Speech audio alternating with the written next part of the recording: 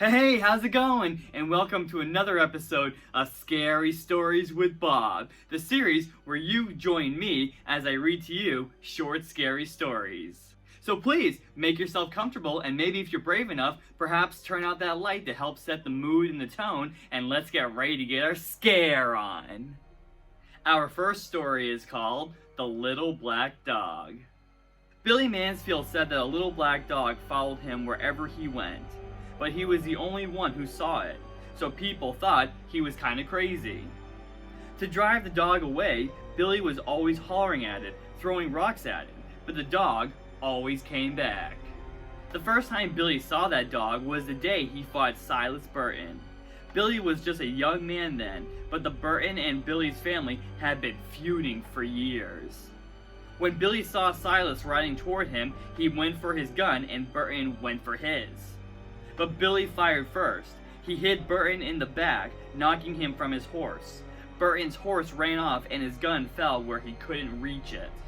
He lay there on the ground pleading with Billy not to kill him, but Billy killed him anyway. Burton's little dog was with him when he was shot. The dog kept licking Burton's face and barking and snarling at Billy. In his anger, Billy killed the dog too. There wasn't much law enforcement in those days, so Billy wasn't arrested. But all that night, he heard Burton's dog outside his cabin, scratching on his door and barking to be let in. "I'm imagining this," Billy said to himself. "I shot that dog. It's dead." But the next morning, Billy saw the dog. It was waiting for him outside. From then on, there was not a day when he didn't see it, and there wasn't a night when he didn't hear it scratching on his door, barking to be let in. From then on, Billy was always finding black dog hairs on the sofa, on the floor, in his bed, even in his food. And the house and the yard stank of dog. That's what Billy said. Whenever somebody told him there wasn't any dog to see, he'd say, "Maybe you don't see it, but I do, and I'm not any crazier than you are." Things went on like that for many years. Then one morning in the middle of the winter, the neighbors didn't see any smoke coming out of Billy's chimney. When they went over to check, Billy wasn't there. A day or so later, they found his body lying in the snow in a field back of his cabin. Billy had plenty of enemies, and at first it seemed like somebody might have killed him, but there wasn't a mark on his body, and there weren't any footprints out there, except for Billy's. The doctor said Billy probably died of old age, but there was something odd about his death. When the neighbors found Billy, there were black dog hairs on his clothes. There were even a few on his face. It smelled like a dog had been out there. Yet, no one had seen a dog anywhere. Our next story is called Clinkity-Clink. An old lady got sick and died. She had no family and no close friends, so the neighbors got a grave digger to dig a grave for her. And they had a coffin made and they placed it in her living room. As was the tradition, they washed her body and dressed her up in her best clothes and put her in the coffin. When she died, her eyes were wide open, staring at everything and seeing nothing. The neighbors found 2 old silver dollars on her dresser, and they put them on her eyelids to keep them closed. They lit candles and sat up with her so that she would not be lonely on that first night that she was dead. The next morning, a preacher came and said a prayer for her. Then everybody went home. Later, the gravedigger arrived to take her to the cemetery and bury her. He stared at the silver dollars on her eyes, and he picked them up. How shiny and smooth they were! How thick and heavy! They are beautiful, he thought. Just beautiful! He couldn't forget those eyes looking at him. When it got dark, a storm came up and the wind started blowing. It blew all around the house. It came in through the cracks and around the windows and down the chimney. It went.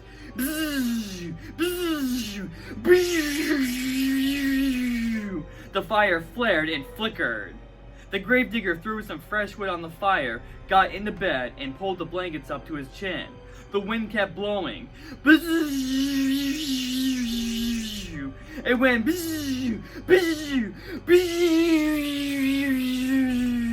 The fire flared and flickered and cast evil-looking shadows on the walls. The gravedigger lay there thinking about the dead woman's eyes staring at him. The wind blew stronger and louder, and the fire flared and flickered and popped and snapped, and he got more and more scared.